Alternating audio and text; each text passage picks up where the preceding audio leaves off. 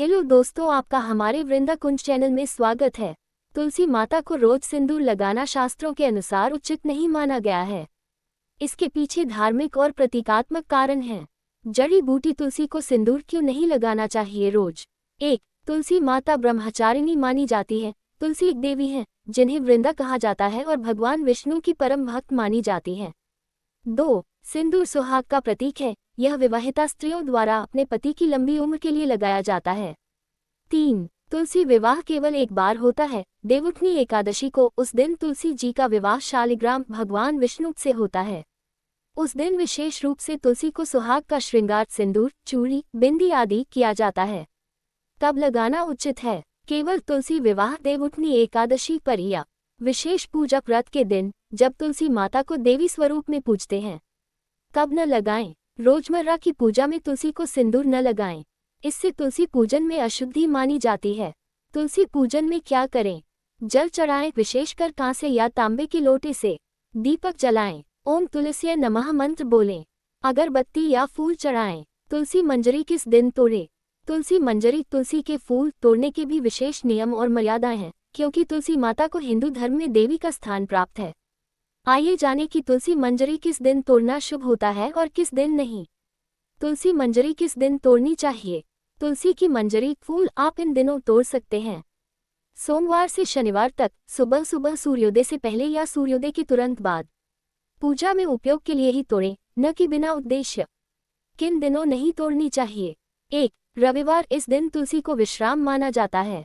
2. एकादशी, ये तुलसी माता का विशेष दिन होता है। इस दिन उन्हें कोई कष्ट नहीं देना चाहिए। 3. द्वादशी, एकादशी के अगले दिन भी तुलसी को न तोड़ें। 4. संक्रांति, पूर्णिमा, अमावस्या जैसे पर्वों पर विशेष सावधानी रखें। 5. रात में सूर्यास्त के बाद तुलसी को छूना या तोड़ना वर्जित है। तुलसी मंजरी तोड़ते समय क्या करें? ओम तुलसीय नमः मंत्र बोलते हुए विनम्रता से मंजरी तोड़ें। तुलसी से क्षमा मांगें। क्षमस्व देवी तुलसी त्वं नमामि पुनः पुनः। पूजा में केवल ताज़ी मंजरी का उपयोग करें। भोग लगी हुई मंजरी का क्या करें? भोग लगी हुई तुलसी मंजरी जो भगवान को अर्पित की गई हो का विशेष महत्व होता है। उसे साधारण फूलों या पत्तों की तरह न फेंकें, क्योंकि वह प्रसाद बन चुकी होती है। उसका सम्मानपूर्वक उपयोग करना चाहिए। भोग लगी हुई तुलसी मंजरी का क्या करें? क्या करना चाहिए? 1. प्रसाद रूप में ग्रहण करें। यदि मंजरी ताजी और साफ हो तो उसे भगवान का प्रसाद मानकर थोड़ा सा मुंह में रख सकते हैं। 2. पूजा स्थान में रखें। जब तक वह सूख न जाए उसे पूजा स्थान में ही रखें। सूखने के बाद श्रद्धा से नीचे गिर जाने दें या अग्नि में समर्पित करें। 3. गमले या तुलसी के पौधे की जड़ में रखें। सूखने के बाद उसे तुलसी माता के गमले में श्रद्धा से रखें। ये सबसे पवित्र तरीका है। 4. गाय को खिला सकते हैं। गाय हिंदू धर्म में पूज्य है, इसलिए प्रसाद तुलसी मंजरी गाय को खिलाना भी पुण्यदायी माना गया है। 5. जल में प्रवाहित करें। यदि उपयुक्त लगे तो किसी पवित्र जल में जैसे गंगाजल या साफ पानी डाल सकते हैं। क्या नहीं करना चाहिए? मंजरी को कचरे में न फेंकें। उसे पैरों के नीचे न आने दें। नाले या गंदे जल में न बहाएं। रोज भोग कैसे लगाएं? भगवान को रोज भोग लगाना एक सुंदर और सरल धार्मिक क्रिया है जो न केवल आपकी भक्ति को प्रकट करता है, बल्कि भोजन को भी प्रसाद बना देता है। नीचे रोजाना भोग लगाने की आसान विधि दी जा रही है, जिसे आप घर पर नियमित रूप से कर सकते हैं। रोज भोग कैसे लगाएं? सरल विधि। 1. पूजा से पहले शुद्धता रखें। स्नान करें और साफ वस्त्र पहनें। पूजा स्थान और भोग पात्र, थाली, कटोरी साफ होने चाहिए।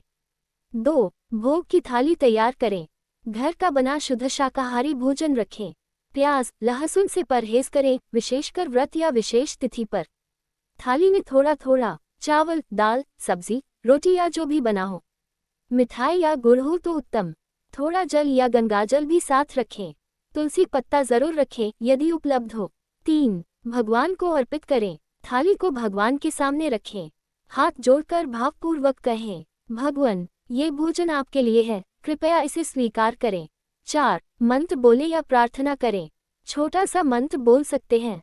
ओम ब्रह्मापन ब्रह्म हविः ब्रह्माग्नो ब्रह्मणाहुतम् ब्रह्मैव तेन गंतव्यम ब्रह्म कर्म समाधिना।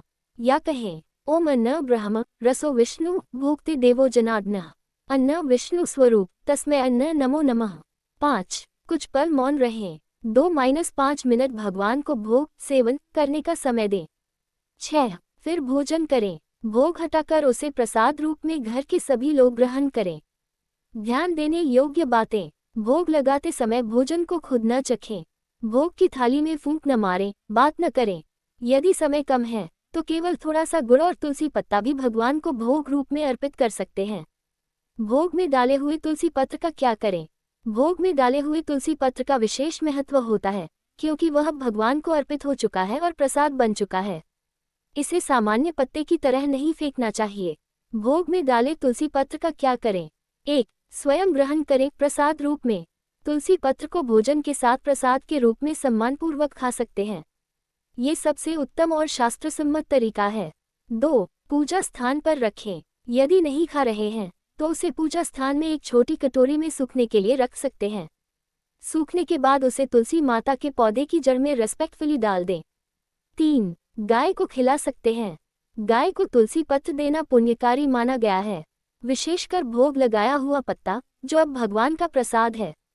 4. अग्नि में समर्पण। हवन में सूखे हुए तुलसी पत्र को अग्नि में अर्पित करना भी पवित्र माना गया है। यदि आप नियमित रूप से हवन या दीप जलाते हैं, क्या न करें? उसे कूड़े में न फेंकें। पैरों के नीचे आने न दें। गंदे जल या नाले में प्रवाहित न करें। स्मरण रखें, भोग में डाली गई तुलसी अब सामान्य नहीं, भगवत प्रसाद है। जैसे भोजन का प्रसाद आदर से ग्रहण किया जाता है, वैसे ही तुलसी पत्र का भी सम्मानपूर्वक उपयोग होना चाहिए।